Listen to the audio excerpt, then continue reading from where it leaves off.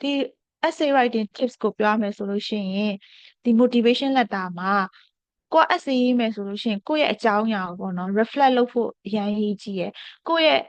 အကြောင်းကိုတိတိကျကျတိမှရေးရမှာပေါ့နော် essay ရေးရမယ်ဆို essay မရေးခင်ကိုယ့်အကြောင်းကိုစာရွက်တစ်ရွက်မှာဖြစ်ဖြစ်ဒီခဏတခြား social media တွေမသုံးမနဲ့ဒီတိတိကျကျစဉ်းစားပေါ့နော်ငါဘာလို့ဒီ program ရှောက်ချင်တာလဲငါရဲ့ motivation ကဘာလဲဒီဟာပြီးသွားလို့ရှိရင်ဘာလုပ်မှာလဲငါမှာဘလို့ရည်ချင်းနေရှိနေလဲငါမှာဒီဟာကိုရွေးချယ်ဖို့အတွက်ဘာလို့ထိုက်တန်တဲ့လူဖြစ်တာလဲဆိုတာစတဲ့အချက်တွေကို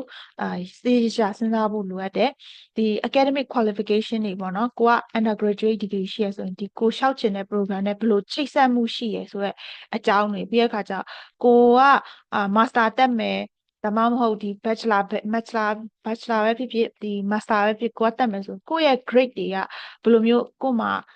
academic နဲ့ပတ်သက်ပြီးတော့ဘယ်လိုအားသာချက်တွေရှိရဲဆိုတော့အကြောင်းတွေဘယ်လို project တွေလုပ်ပွဲဘယ်လို research တွေလုပ်ပွဲဆိုတော့ဟာတွေကို highlight လုပ်ပြဖို့လိုအပ်တယ်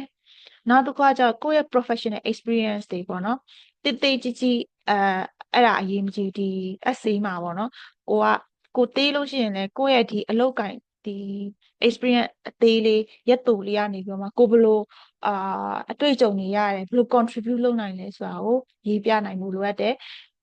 ပြောလို့ရှိရင်ကိုယ့်ရဲ့ research skill တွေအဲ့ကနေပြီးတော့မှတစ်စင် technical skill တွေဒီ communication skill leadership skill တွေဘယ်လိုရခဲ့လဲပေါ့နော်ပြီးနောက်ထပ်တစ်ခုအရင်ရေးကြည့်ရကြဒီကျောင်းလျှောက်မယ်ဆိုရင်ဒီ program တွေရဲ့ website တွေပေါ့နော်ဒီကျင့်ညက်နေအောင်ဘာတွေတင်လဲဘယ် course တွေတင်လဲဒီ professor တွေရဲ့ဒီ interest တွေကဘာလဲသူတို့ဘာရေးလဲသူတို့ research တွေဘာတွေလုပ်နေလဲဆိုတာတိတိကျကျကွက်နေပြီးတော့မှစိတ်ဝင်စားဖို့အတွက်လိုအပ်တယ်နောက်တစ်ခုအရေးကြီးတာကျတော့ commitment ပေါ့နော်ကိုဒီ program ပြီးသွားလို့ရှိရင်ငါဘာလုပ်ပေးနိုင်လဲဆိုတဲ့ဟာကိုချပြနိုင်ရတယ်အဲ့ဆိုလို့ရှိရင်သူတို့ဘက်ကနေပြီးတော့မှအရင်သဘောကျဒီ candidate ဒီ master candidate ဒီရှောက်လာတဲ့ bachelor candidate ကဒီလိုမျိုးတိတိကျကျ plan ရှိရယ် commitment ပေးနိုင်တယ်ဆိုလို့ရှိရင်သူတို့က scholarship ကိုပို့ပြီးတော့မှပေးချင်တယ်ပေါ့နော်ဒီမှာဒီဥပမာအနေနဲ့ဒီအမရေးထား essay ကိုပြထားရပေါ့နော်အမအမကဒီ program ဒီ SPP ဒီ Master Public Policy ကိုဘာကြောင့်မလို့ရှောက်ချင်တာလဲလို့နေ့ရဲ့ motivation ကဘာလဲဒီ program ဘာကြောင့်မလို့ရှောက်ချင်တာလဲလို့ရေးရခါမှာဆိုလို့ရှိရင်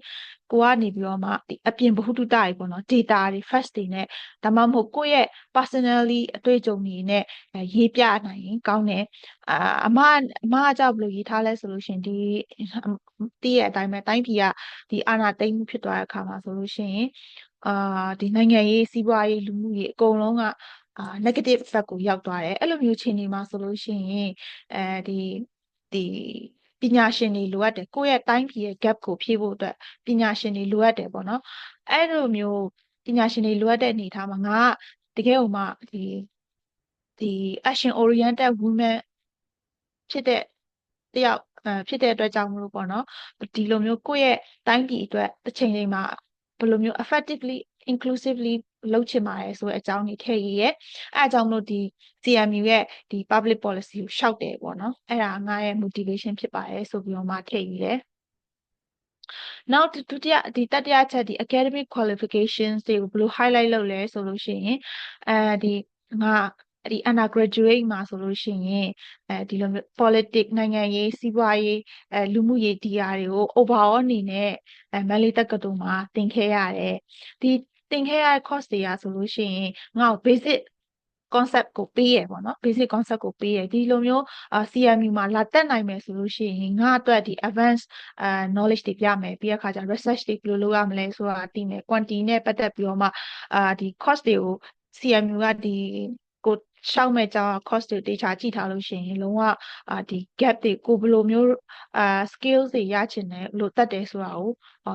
ဒီထောက်ပြနိုင်တယ်ပေါ့နော်ကိုယ့်ရဲ့ essay မှာထိမိမိဖော်ပြနိုင်မယ်ပြောလို့ရှိရင်ဒီလိုမျိုး research conference တွေမှာ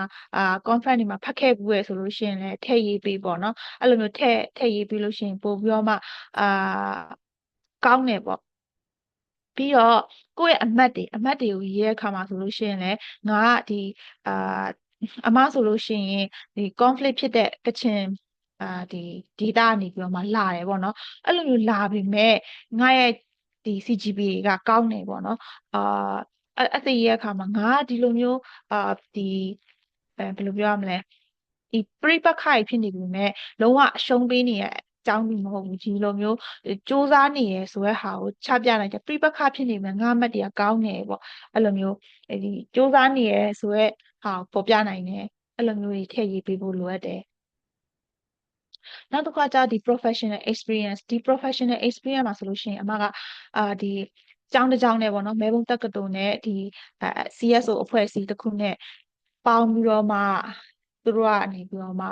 ဒီစာတမ်းတစ်ခုလုပ်တယ်ပေါ့နော် deliberative polling of federalism in Myanmar ဆိုပြီးတော့မှ research project တစ်ခုလုပ်တယ်အဲ့ project မှာဒီရက်တိုလေးပေါ့နော်ဒီ15ရက်လောက်ပဲ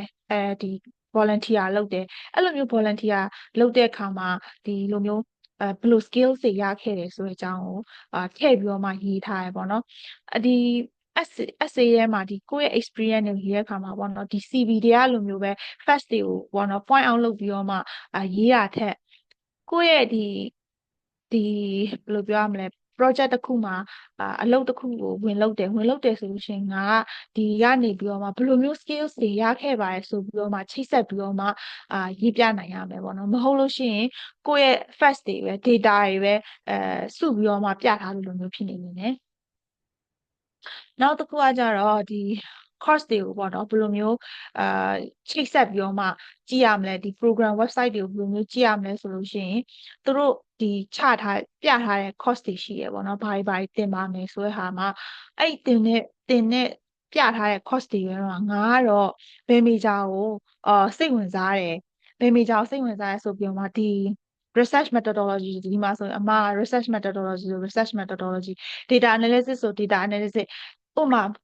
ဒီ major course က9ခုတင်နေဆိုလို့ရှိရင်အဲ့9ခုထဲမှာကိုအရန်စိတ်ဝင်စားရလို့ခံစားရတဲ့2ခုတောင်မဟုတ်3ခုကိုပေါ့နော်ဆွဲထုတ်ပြီးတော့မှအဲ့လိုမျိုးဖော်ပြရမယ်ပေါ့နော်ဖော်ပြနိုင်လို့ရှိရင်ကိုယ့်ရဲ့ essay မှာတော်တော်လေးထိရောက်မှုရှိရပါဒီကျောင်းသူကဒီမှာကျောင်းတက်ဖို့အတွက်သူတို့မြင်မှာဒီစိတ်ဝင်စားရပေါ့နော်ဒီ essay ကိုessay ရဲ့အခါမှာသူတို့ program စိတ်ဝင်စားမှုရှိရဒီအင်စာပေါ့နော်သူတို့ကြည်ရဆိုတဲ့ပုံစံမျိုးဖြစ်တယ်ပေါ့နော်